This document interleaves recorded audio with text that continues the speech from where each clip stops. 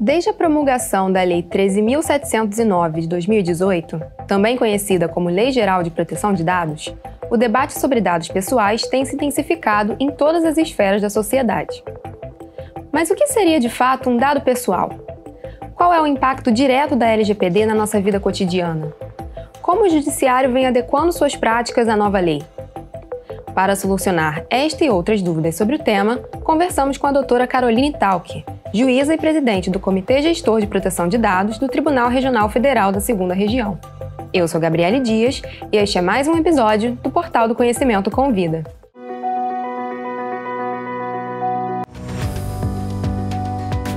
De acordo com o artigo 5º, inciso 1 da LGPD, dado pessoal é toda informação relacionada à pessoa natural identificada ou identificável. Seja por órgãos públicos, seja pela iniciativa privada, essas informações pessoais podem ser alvo de diversas operações, desde a coleta até a sua eliminação. São essas atividades que chamamos de tratamento de dados. Nesse sentido, para garantir que cada cidadão possa exercer algum controle sobre seus dados pessoais, a LGPD garante o direito à autodeterminação informativa, como explica a doutora Caroline.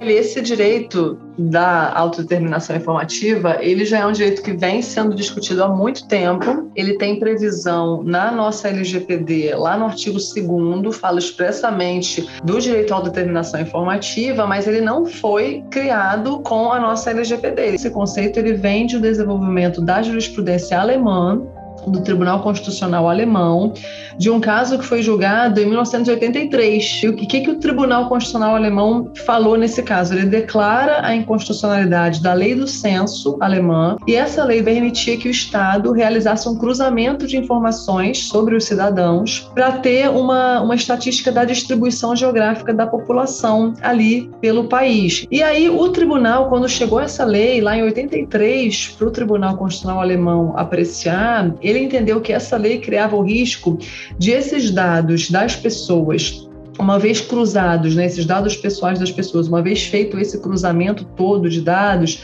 isso poderia, se fosse feito por sistemas automatizados que já estavam disponíveis na época, isso permitiria que o cidadão acabasse perdendo um pouco o controle sobre os dados relacionados à sua profissão, à sua residência, ao seu local de trabalho, e aí poderia formar perfis de personalidade de cada um dos seus cidadãos, em razão desse cruzamento de dados que foi feito, ainda que a pretexto de verificar a distribuição geográfica da população. Então, fazendo essa leitura, esse contrabalanceamento desses interesses, o Tribunal Constitucional entendeu que não se justificava essa intervenção do Estado nessa parte da esfera privada dos cidadãos, porque entendeu o seguinte: aí vem o conceito de autodeterminação informativa. Segundo o Tribunal Constitucional Alemão, o indivíduo tem o direito de decidir por si mesmo se e como ele deseja fornecer os seus dados pessoais.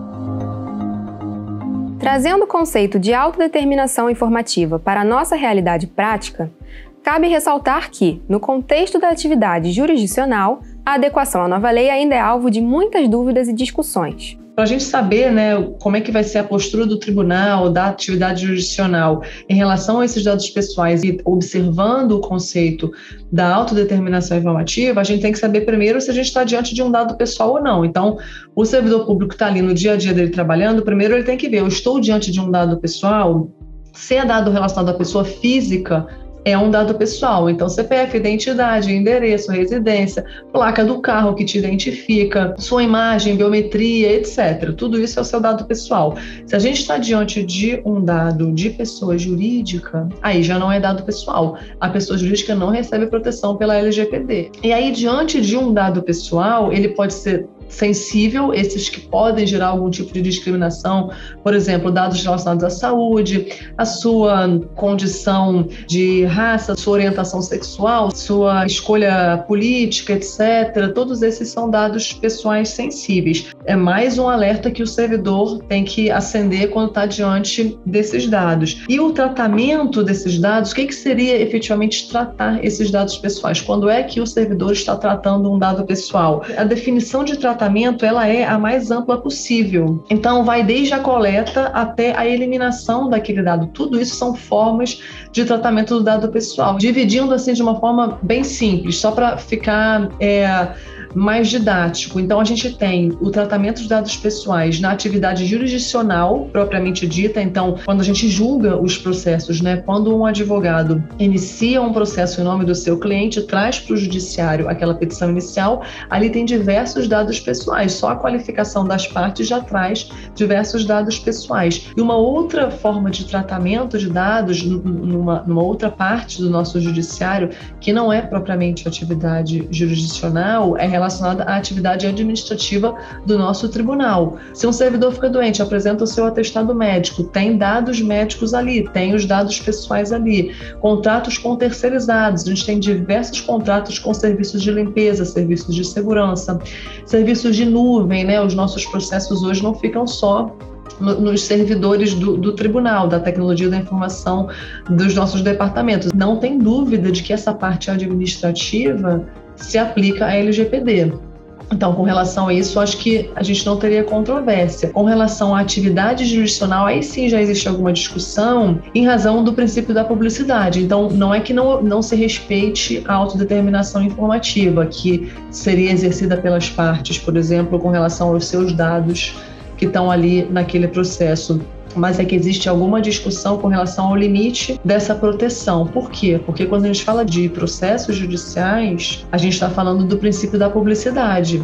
Se a gente fala de um contrato de uma empresa terceirizada com o tribunal, é diferente, é uma parte bem administrativa, isso não tem tanto interesse do princípio da publicidade. Mas quando a gente fala de dados de processos judiciais, a nossa Constituição diz que as decisões judiciais são públicas, né? Dá lá o dever de publicidade das audiências, das decisões judiciais. E aí vem uma controvérsia. Como é que fica o acesso a esses dados do processo? Será que a gente vai ter que limitar para proteger os direitos pessoais daquelas partes que estão ali litigando?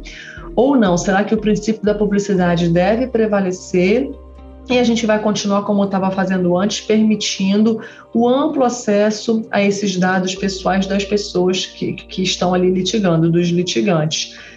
Então, a gente teria, assim, para concluir essa resposta, quando alguém ajuiza um processo, inicia lá na justiça e dá todos os seus dados pessoais, se for, por exemplo, um processo de saúde, além da qualificação dela, ela vai dizer na petição inicial o nome, a sua residência, o seu e-mail, ou seja, tudo isso é dado pessoal. Além disso, ela vai juntar dados pessoais sensíveis, ou seja, ela está pedindo um medicamento, ela vai juntar receitas médicas que dizem qual é a doença que ela tem. Esses dados pessoais, sejam os comuns, sejam os dados pessoais sensíveis, vão ficar em alguns sistemas processuais, né, dependendo do tipo do tribunal, né, mas em alguns sistemas processuais, não só a decisão judicial fica pública, mas também o conteúdo do processo fica público. Qualquer pessoa, ou talvez só os advogados, mas em geral é amplo o acesso ao conteúdo daquele processo. E aí vem essa discussão, será que é mesmo para deixar amplo o acesso ao documento do processo, ou se a amplitude tem que ser mais da decisão judicial? A decisão teria que ser pública, porque é exigência constitucional, mas os documentos que instruem aquele processo não deveriam ser tão públicos como são hoje.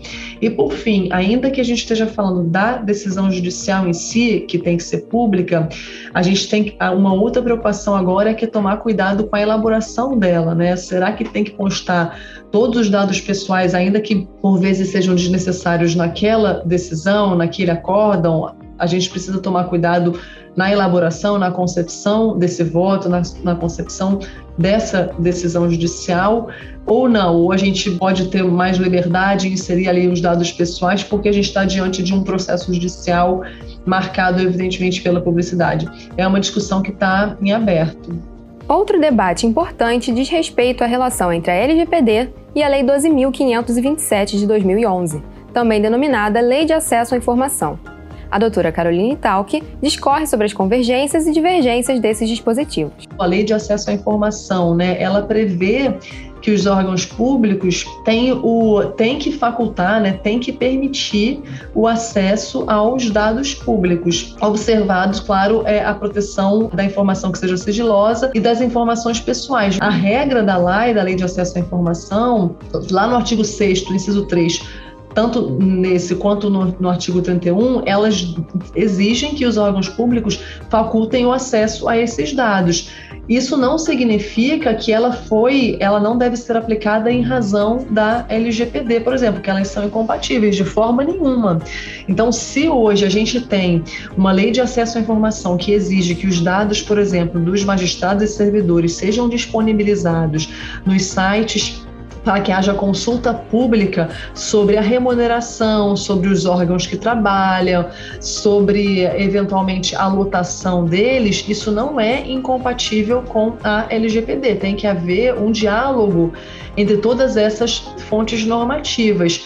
Essa é a função agora da gente, né, dos intérpretes da lei, para fazer esse diálogo dessas fontes normativas. Essa discussão é tão importante que, recentemente, tem um grupo, né, de estudos, que a gente pode chamar assim, talvez, que são as jornadas de direito civil. O Conselho da Justiça Federal organiza de tempos em tempos, junto com o STJ, o Superior Tribunal de Justiça, essas jornadas. Pela primeira vez, nesse ano, teve uma comissão de direito digital. Então, é um evento que recebe contribuições de toda a comunidade jurídica, com propostas de enunciados sobre temas importantes. Eu participei dessa vez da Comissão de Direito Digital e lá eu vi como foi importante a discussão desse diálogo de fontes normativas, justamente por causa dessa pergunta que você fez, da compatibilidade com a LAI. E aí um dos enunciados que foi aprovado, que é o enunciado 688, falou o seguinte: a Lei de Acesso à Informação e a LGPD estabelecem sistemas compatíveis de gestão e proteção de dados.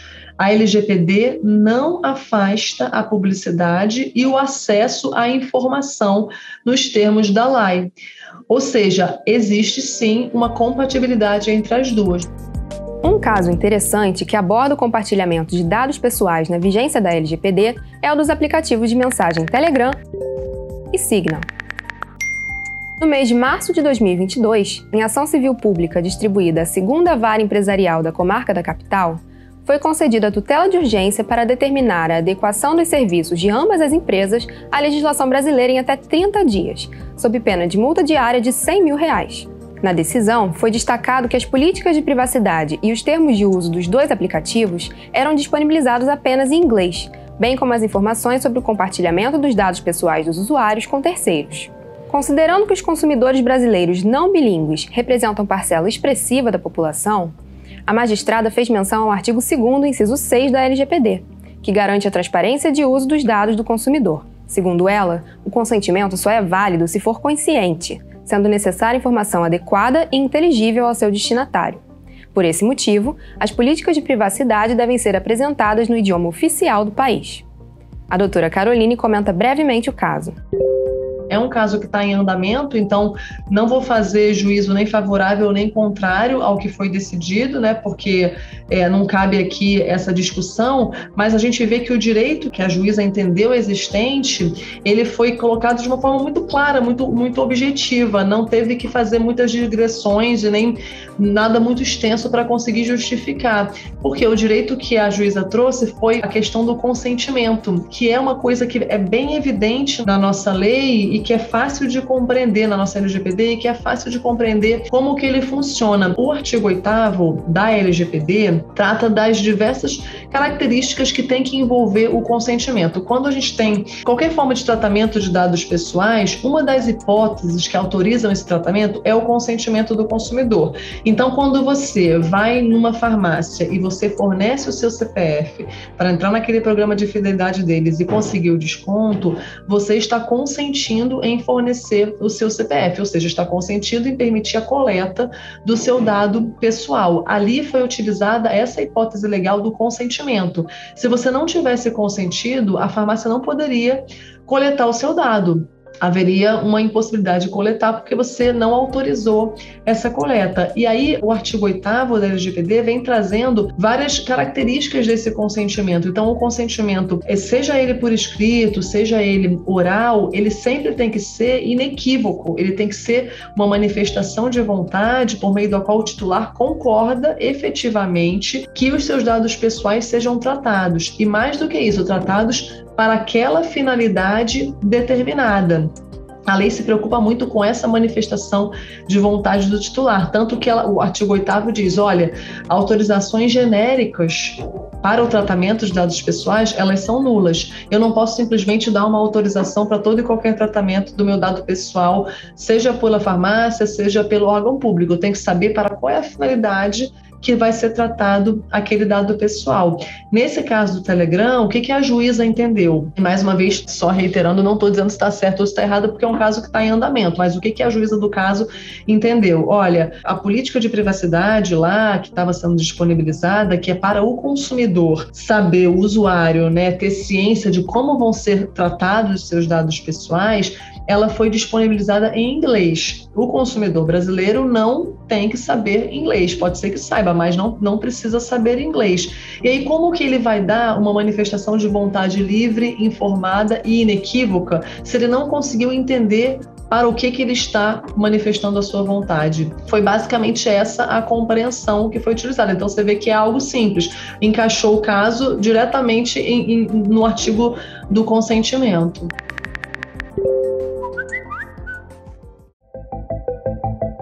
Ainda no campo das novas tecnologias, muito se tem discutido sobre a utilização de ferramentas de inteligência artificial na atividade jurisdicional. De acordo com o estudo Tecnologia Aplicada à Gestão dos Conflitos no âmbito do Poder Judiciário, realizado pelo Centro de Inovação, Administração e Pesquisa do Judiciário da Fundação Getúlio Vargas, esses modelos computacionais estão presentes em pelo menos 44 tribunais brasileiros. Mas quais são as tarefas desempenhadas por esses sistemas? Quais são os benefícios do uso da inteligência artificial para a sociedade e para a gestão dos conflitos? Existe alguma possibilidade de que, num futuro próximo, tenhamos juízes robôs atuando na tomada de decisões? A doutora Caroline Talk retoma a pesquisa mencionada anteriormente e responde a alguns desses questionamentos. A gente tem hoje 90 tribunais no Brasil e a pesquisa abrangeu 63 tribunais. E aí dela resultou que existem hoje 44 tribunais que usam sistemas de inteligência artificial. Tem tribunal que tem mais de um sistema, tem tribunal que não tem sistema nenhum. Então, esses 44 tribunais que têm sistemas, alguns têm mais de um sistema. Então, no total, são hoje 64 sistemas de inteligência artificial espalhados pelo Brasil.